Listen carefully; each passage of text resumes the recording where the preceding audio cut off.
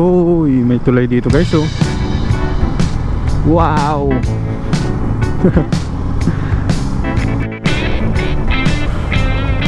Pero ang ganda naman ng mga view, oh, na nadadaanan namin. Ayan, palayan, oh. Tapos dito sa kabila, palayan din. Ako guys, dito banda, medyo ano na, oh, medyo liblib na. Uy, may barbura mo, oh. Dito naman, Talahiban, oh. Pero nililinisan na rin. Ayan, oh. Ganda. Siguro parang gagawin na rancho siya, oh, kasi ang daming baka, yun, oh. Kaso yung daan. Hindi tayo makapokus dun, oh. Ay, grabe lubak ng daan guys, oh. Ayan, oh. Nandun na, natanaw ko na yung dagat. Ayun, dagat yun guys. Tapos may mga puno na ganyan, oh. Ewan ko kung pine tree yan. Ganda ng view, oh.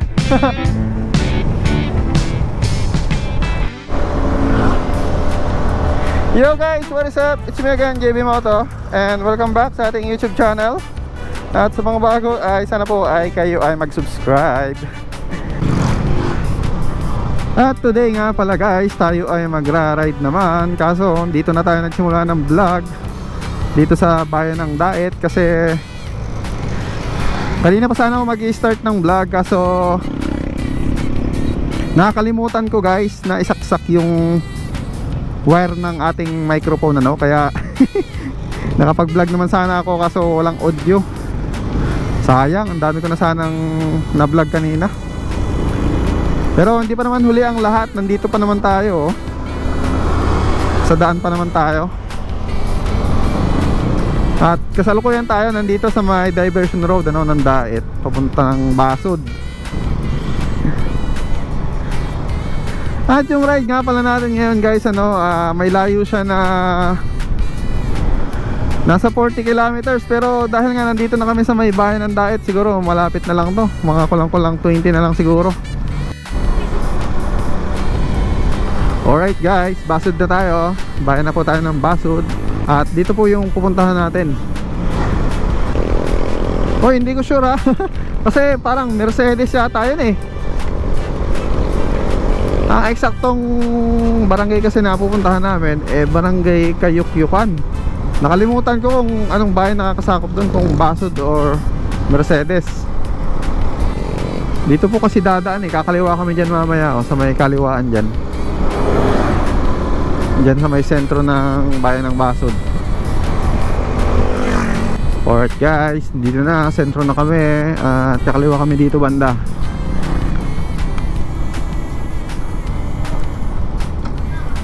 Ayan, oh, may mga pulis pa dyan, oh.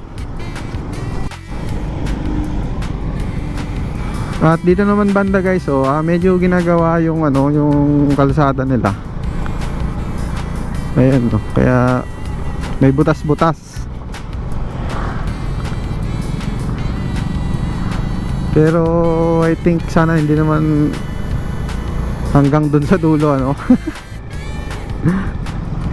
Hoping na dito lang sa bungad.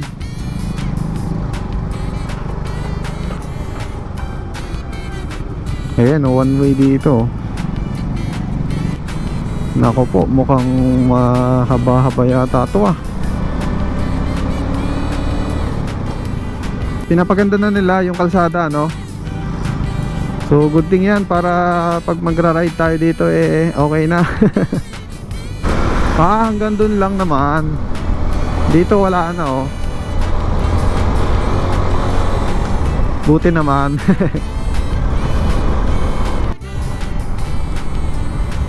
Uy, may tulay dito guys, oh. Wow. Ngayon lang ako naligaw dito guys. Dito sa banda na to, kaya medyo naninibago ako sa lugar, ano. At napakaganda rin naman pala ng mga madadaanan natin dito. At saka guys, nakisama sa atin yung ano, yung panahon. Tingnan nyo, ang ganda ng panahon natin.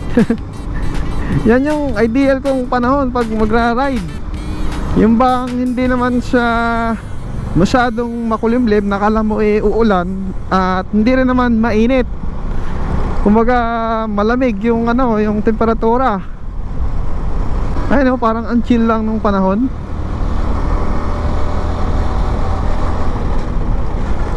Pag mainit kasi, kahit mga gantong oras na, kahit bandang alas 8 na, medyo masakit na rin sa sa balat. Hindi kagaya ngayon, tingnan nyo, ang lamig pa.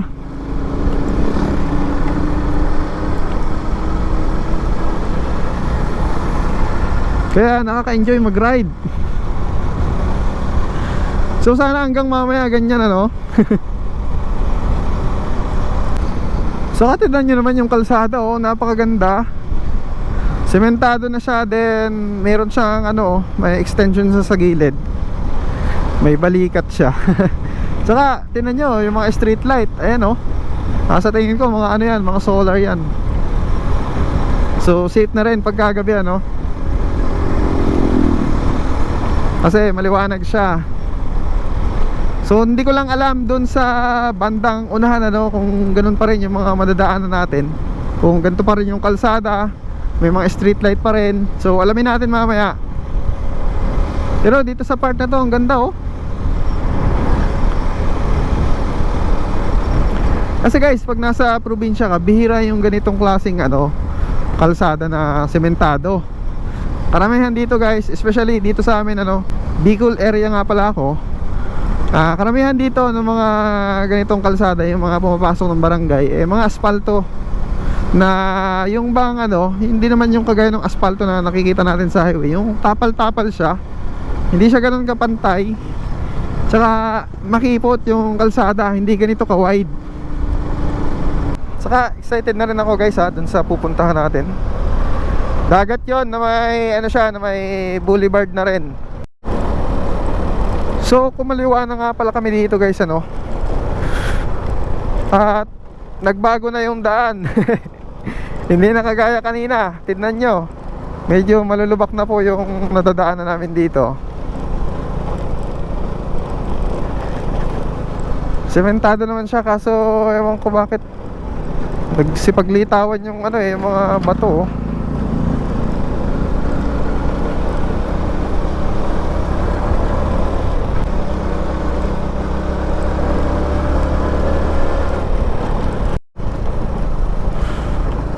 Pero ang ganda naman ng mga view na nadadaanan namin. Ayan, palayan tas dito sa kabila, palayan din. Napakapayapa naman ang lugar na to.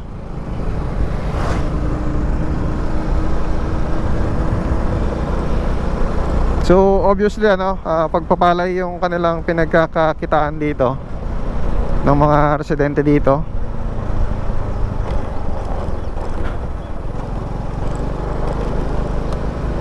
And welcome Barangay Taba-Taba. Barangay Taba-Taba pala. Nice name. Taba-Taba.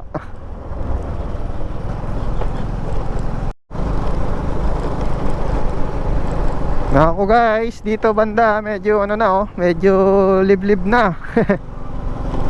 Uy, may baboy ramo Pero marami namang kabahayan dito dito banda.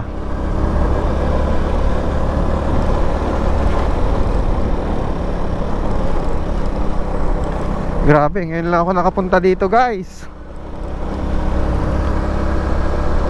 May ganito palang mga lugar dito sa aming probinsya.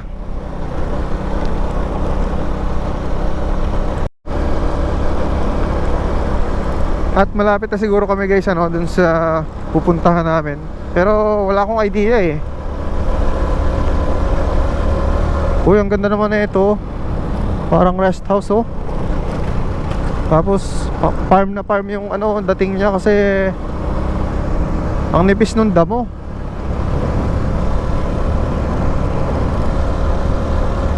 Tapos dito banda walang kabahayan. As in, puro nyugan mga punong kahoy lang sa kanyugan.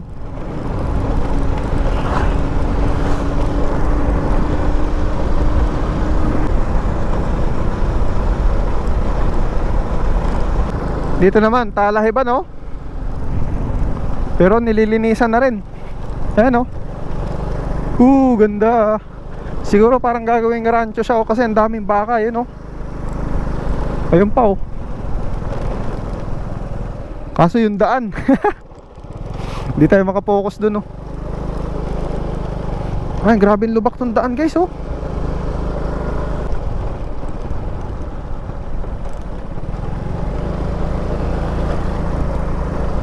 Ay, ang ganda talaga na ito, oh.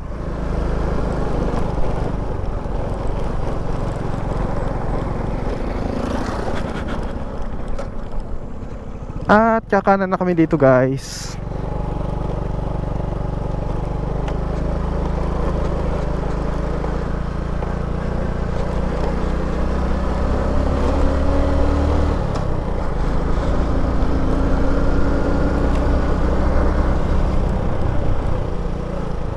Kaso nga lang, dapat beware ka sa mga ano dito, guys, sa mga lubak, kasi may mga biglang ano eh, biglang mga may butas yung mga kalsada. So kung di mo may iwasan, kawawa po yung motor nyo.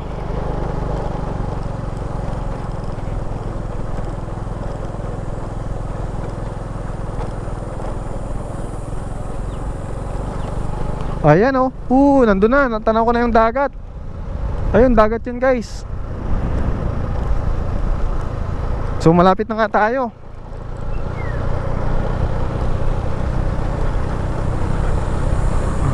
Ayan, oh, grabing downhill, guys, oh.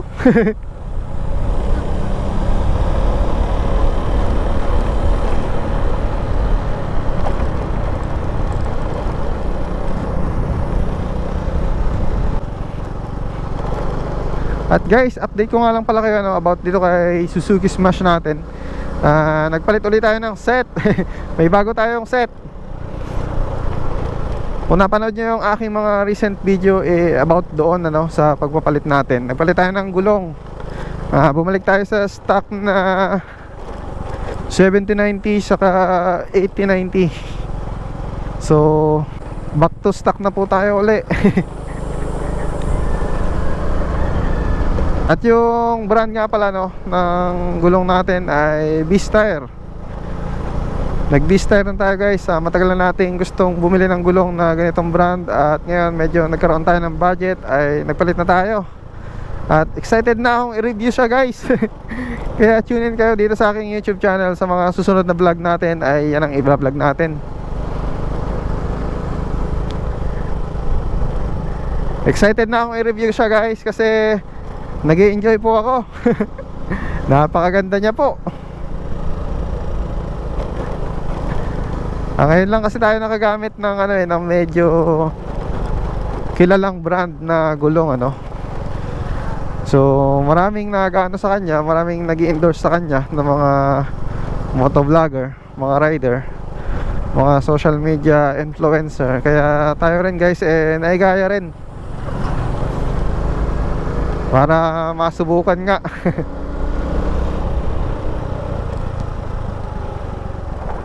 Ang dami kasi talagang nag-i-endorse nito online. Mga sikat na motovlogger.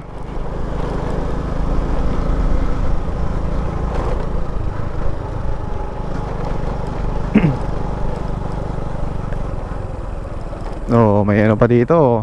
May bakawan, Wow, nice. May bangka naman dun. Tapos may mga puno na ganyan, Ewan ko kung pine tree yan. Hindi siguro, Pero ang ganda niya,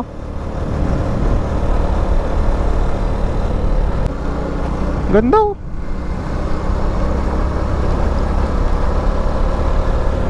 At yan, kakanan na kami dito, guys. Kumanan kasi yung kasama namin, Ayan,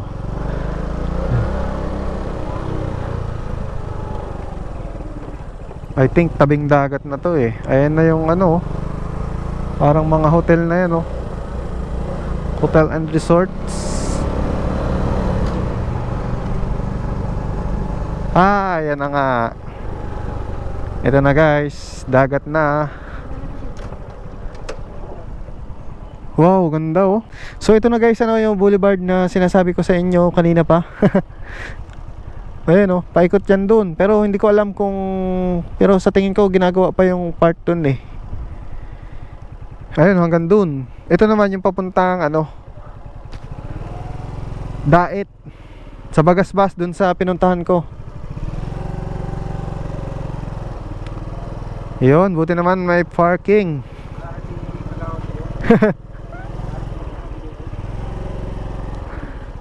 So yan, dito na muna tayo magpa-park ano. At nandito na tayo sa venue natin na hotel, ayan oh, ganda.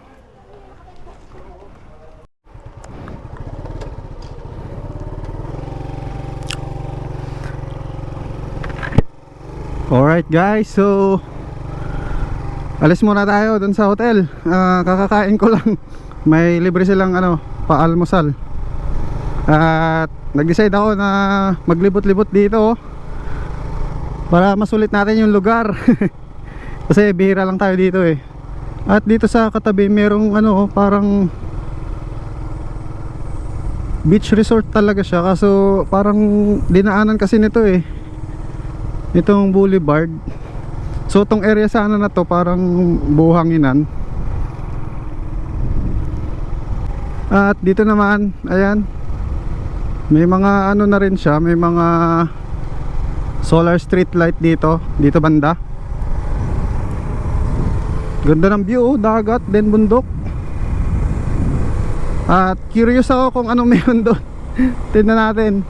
Kaso may nababasa na agad akong ano eh, bridge closed. Oh my god, ginagawa nga.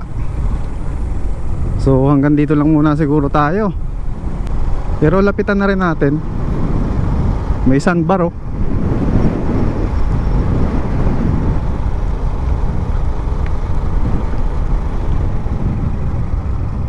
Putol pa nga. Pero dun banda oh, may kadugtong rin siya oh.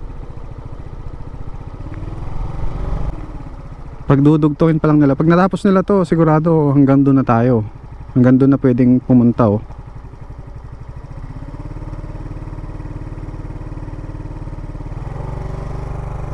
At dun pa sa dulo oh, meron din nakaabang dun.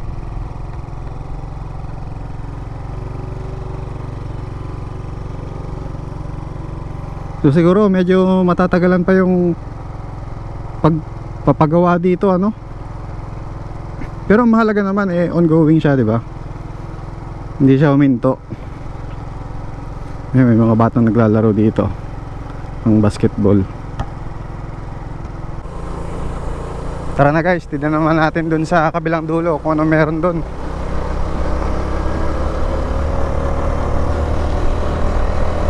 Ayan, dito ang daming ano, ang daming mga bangka. Ang daming bangkang mga nakadaong.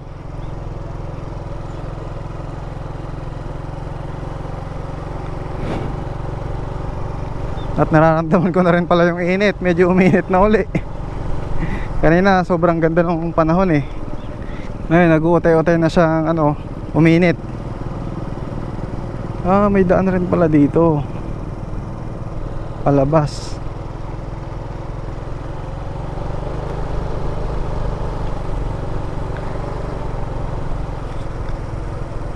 Siguro dati to talaga mga ano siya, mga paliguan siya, mga resort, beach resort. Kasi ang dami ko nakikita sa gilid na ano, parang mga hotel siya. Kagaya ng venue namin. Kagaya nito oh, tignan nyo. Oo. So dahil nga siguro dinaanan itong boulevard na to, ano kaya, pero pwede pa rin namang maligo dyan oh.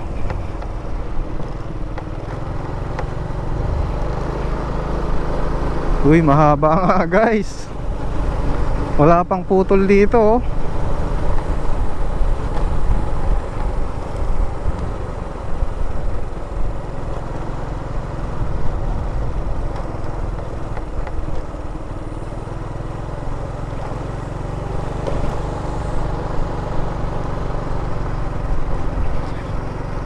Wow, ang ganda. Nako guys, napakaganda nito no? Kung sakasakaling matatapos na siya, pagdudugtungin niya lahat ng bayan dito sa aming probinsya. Kahit hindi ka na dumaan ng National Highway, dito ka na lang dumaan, makakapunta ka sa iba't ibang bayan ng aming probinsya.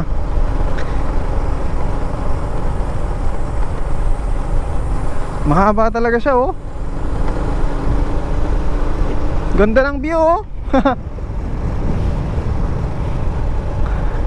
Ay, mukha ngayon nakita ko na yung hangganan niya. So yeah guys, nandito na tayo sa hangganan. Ayan, may mga gumagawa dyan, oh.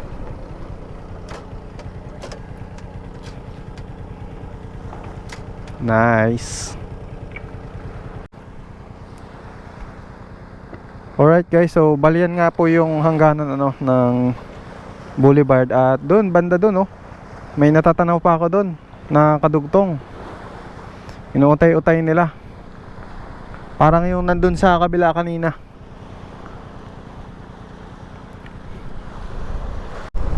So hindi pa pala siya ganun kahaba, yung natatapos na boulevard. Putol-putol pa rin talaga siya. Pero ang ganda niyan guys pag natapos. Imagine buong probinsya. Konektado niya ang na yan, boulevard. Hanggang dito na lang muna siguro ang ating magiging video for today, So abangan nyo na lang ako sa aking mga next vlog, especially dun sa sinalpak natin na gulong na Beaster, bibigyan ko yan ng isang malupitang review sa inyo. So as of now kasi guys, tuwan-tuwa ako sa kanya. Napakaganda ng performance as of now. So yan. So sa mga bago, please pa-subscribe, and kung nagustuhan yung video natin for today ay pa-like na lang, palambing naman sa inyo ng like. At kung gusto niyo mag-comment ay mag-comment na rin kayo. Yun, hanggang dito. Bye bye. Peace out.